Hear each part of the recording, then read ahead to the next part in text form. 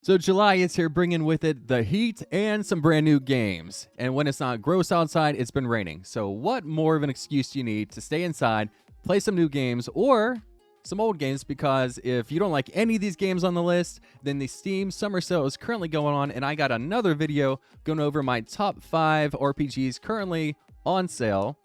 And I got 3 honorable mentions in that video as well. So between the new games and the games on sale, you got to find something to play. So as always, let me know what you're currently playing, what you're excited for, if I missed anything in my video, because I love to hear from you. So let's get into my list, starting with the honorable mentions. My first honorable mention is World of Warcraft, The War Within, and it's on my list because for the first time ever, while I was having an event called the Collector's Bounty, where specific legendary items, but more importantly, mounts that drop from legacy dungeons and raids have increased odds of dropping.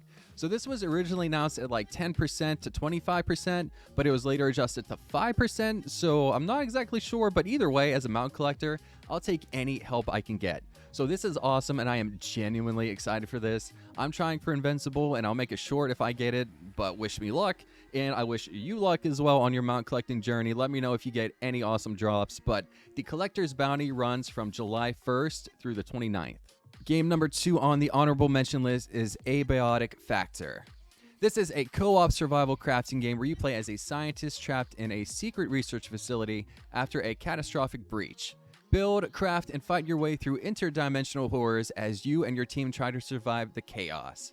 Checking out the trailer, it definitely gave me some Half-Life vibes and inspiration, and I love it. I'm here for it.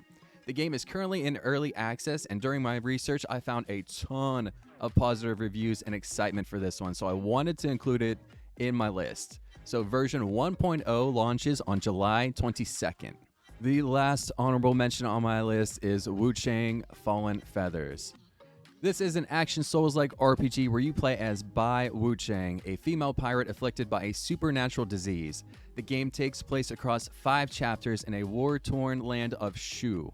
As Wuchang, you'll journey through an interconnected world of forgotten temples, cursed villages, ruined forts, where your choices through exploration and side quests influence how the story unfolds into multiple possible endings.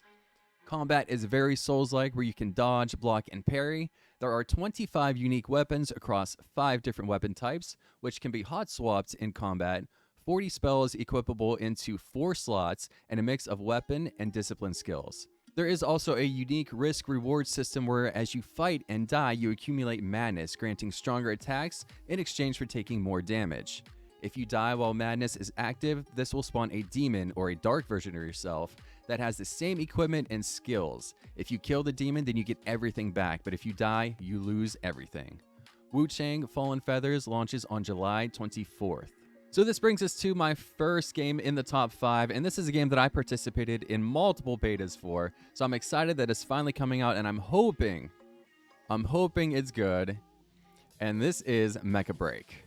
Mecha BREAK is a free-to-play, third-person multiplayer mech shooter where you will pilot anime-inspired mechs across 5 distinct roles: attacker, defender, sniper, brawler, and support. Multiple modes will be available at launch, such as Ace Arena, which is 3v3 deathmatch, Operation Verge, which is objective-based and closer to a hero shooter because it is 6v6, and Operation Storm. This is the PvPvE extraction mode. And as of right now, the developers have said there is no pay to win, and monetization will be through extensive mech and pilot personalization, such as colors, insignias, outfits, weapon effects, and a battle pass. So I played in multiple Mecha BREAK betas, and the final beta saw a peak of 300,000 players. So in my opinion, the gameplay had a bit of a learning curve, but was fast and really fun. The gameplay is definitely there, but it needs a little more polish, as movement could feel a little sluggish at times, which is something you absolutely do not want in your mech game. And the servers were a little rough, but again, we can throw that up to beta. So I'm excited to see how this one has improved on the gameplay since the last beta, and my biggest concern was this mod system. So it affected the mech power and how some of the mechs played, and you could get these from loot boxes, and I hated this. I hope they remove the system because it has no place in a PvP game, or at least limit it to some other mode. But overall, I'm excited to give Mecha BREAK a try, and it launches on July 2nd.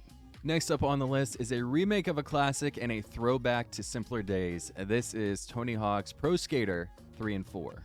Tony Hawk brings me back to simpler times, and this remake faithfully recreates all of the old maps in updated visuals, as well as bringing 3 all-new maps to the game.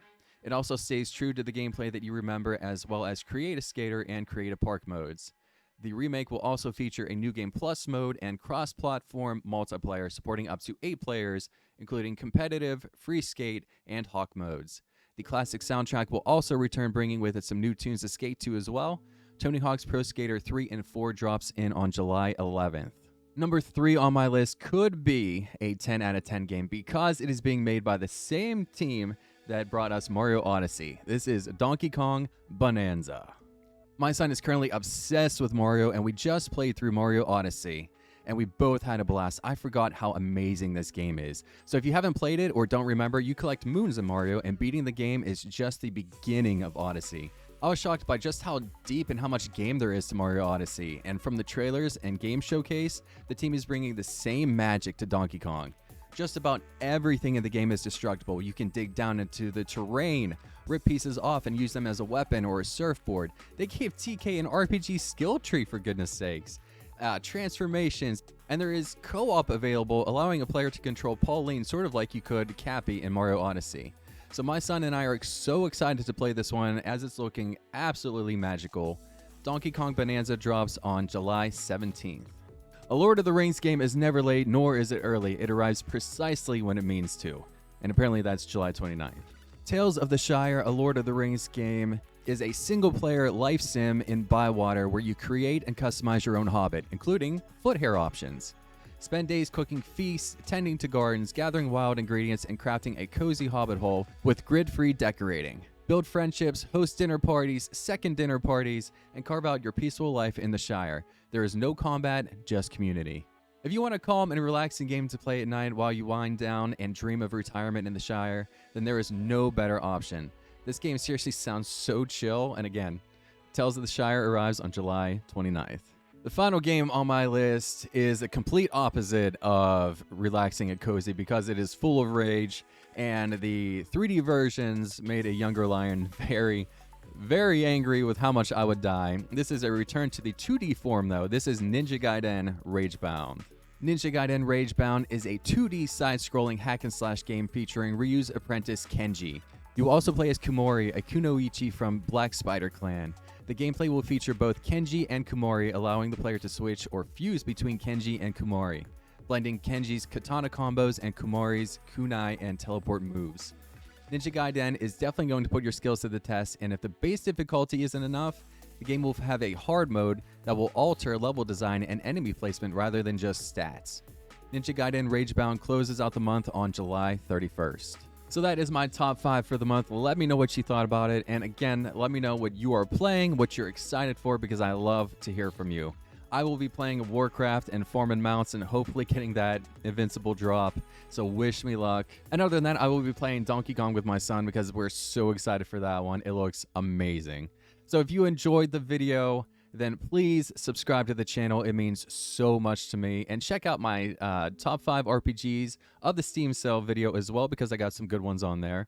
So until the next one, take care of yourself, be kind to yourself, be kind to one another, and I will see you again very soon. Peace.